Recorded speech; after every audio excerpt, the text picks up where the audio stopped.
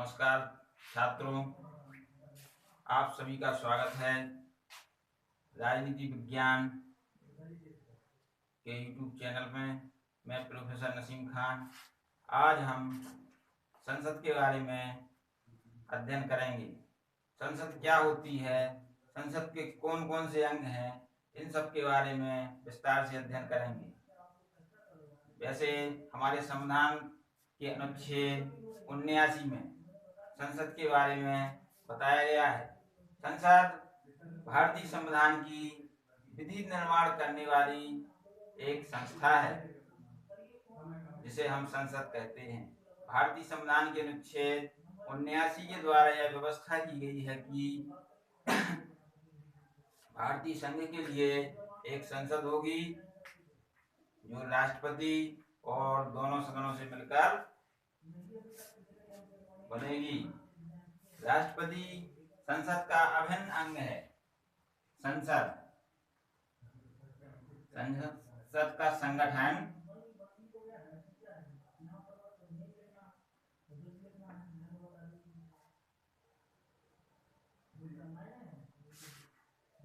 लोकसभा,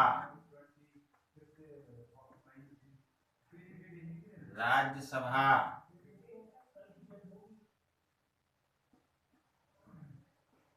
राष्ट्रपति।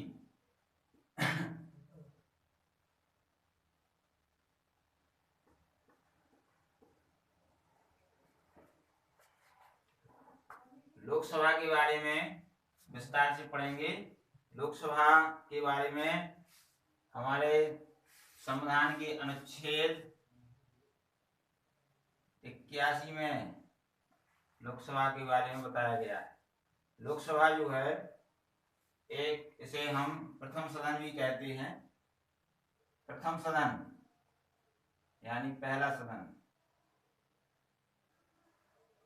इसे हम निम्न सदन भी कहते हैं। निम्न सदन क्यों कहते हैं? निम्न सदन इसलिए कहते हैं क्योंकि लोकसभा एक अस्थायी सदन है। इसे हम अस्थायी सदन भी कहते हैं। यानी लोकसभा कभी भी भंग की जा सकती है, इसलिए इसे हम निम्न सदन या अस्थायी सदन भी कहते हैं।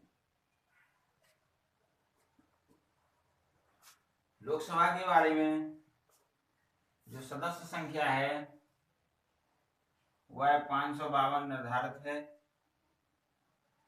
यानी लोकसभा के सदस्यों की अधिकतम सदस्य संख्या 552 हो सकती है। ये 2026 तक ऐसा ही चलेगा। इसके बाद फिर नया परिसीमन होगा। नए परिसीमन के आधार पर सदस्यों की संख्या में बढ़ाई भी जा सकती है और कम भी की जा सकती है जनसंख्या के आधार पर। जैसे कि हमारे वर्तमान में 545 सदस्य हैं लोकसभा के, जिसमें से 530 सदस्य जो होते हैं वह राज्यों से चुने जाते हैं और 20 जो सदस्य होते हैं वह केंद्र शासित प्रदेशों से चुने जाते हैं।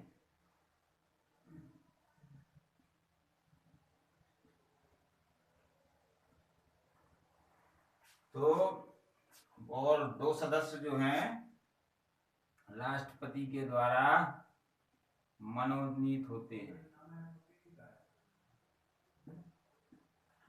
ये 2 सदस्य ऐसे होते हैं जो आंग्ल भारतीय समुदाय से होते हैं, जिन्हें राष्ट्रपति मनोनीत करता है। लोकसभा का जो निर्वाचन है, जो प्रत्यक्ष निर्वाचन मतदान के आधार पर एक निर्वाचन प्रणाली के द्वारा, जिसमें वयस्क मताधिकार का प्रयोग कर लोकसभा के सदस्यों का चुनाव होता है। लोकसभा के सदस्यों को हम मेंबर ऑफ पार्लियामेंट भी कहते हैं और हम आम भाषा में हम सांसद भी कहते हैं। लोकसभा के सदस्यों का जो कार्यकाल है वो 5 वर्ष निर्धारित है।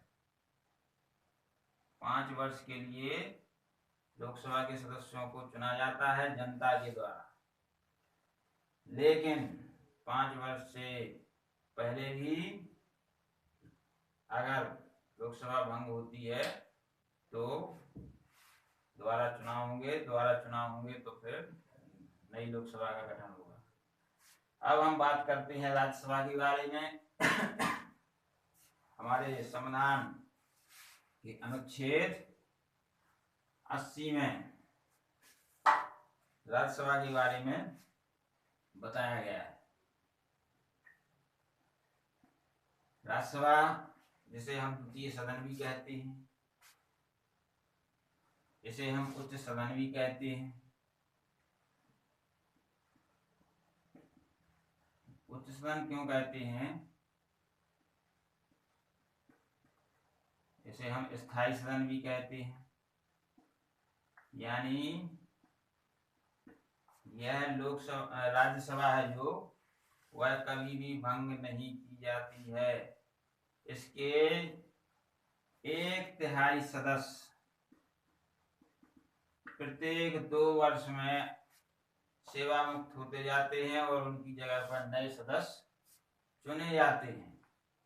इसलिए राज्यसभा एक स्थायी सदन है, ये कभी भी भंग नहीं होती है। अब हम बात करेंगे लोकसभा और राज्यसभा के पदाधिकारियों की। तो प्रधानमंत्री लोकसभा का बहुमत दल का नेता होता है और पूरी लोकसभा का नेता प्रधानमंत्री होता है। इसके साथ साथ एक अध्यक्ष और एक उपाध्यक्ष होता है, जिसे हम स्पीकर, अध्यक्ष के लिए स्पीकर भी कहते हैं। सारी कार्रवाइयां स्पीकर के द्वारा की जाती हैं। राज्यसभा में जो पदाधिकारी होते हैं वो सभापति और उपसभापति होते हैं। सभापति जिसे हम उपराष्ट्रपति भी कहते हैं, जो कि 5 वर्ष के लिए चुने जाते हैं।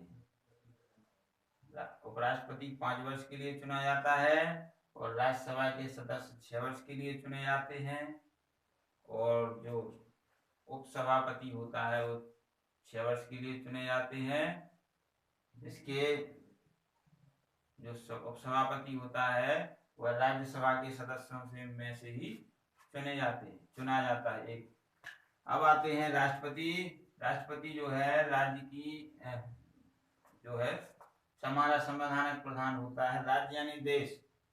चूंकि हमारे संविधान में कहा गया है कि भारत राज्यों का संघ होगा, तो राज्य से तात्पर्य देश से है। राष्ट्रपति हमारा संवैधानिक प्रधान होता है। राज्य की कार्यपालिका का संवैधानिक प्रधान है। संपूर्ण जो शासन व्यवस्था होती है वह राष्ट्रपति के नाम से ही चलती है। इस प्रकार से आज की वीडियो में बस इतना ही। आगे हम अन्य टॉपिक पर विस्तार से चर्चा करेंगे। धन्यवाद। देखने के लिए लाइक करें, शेयर करें, कमेंट्स करें।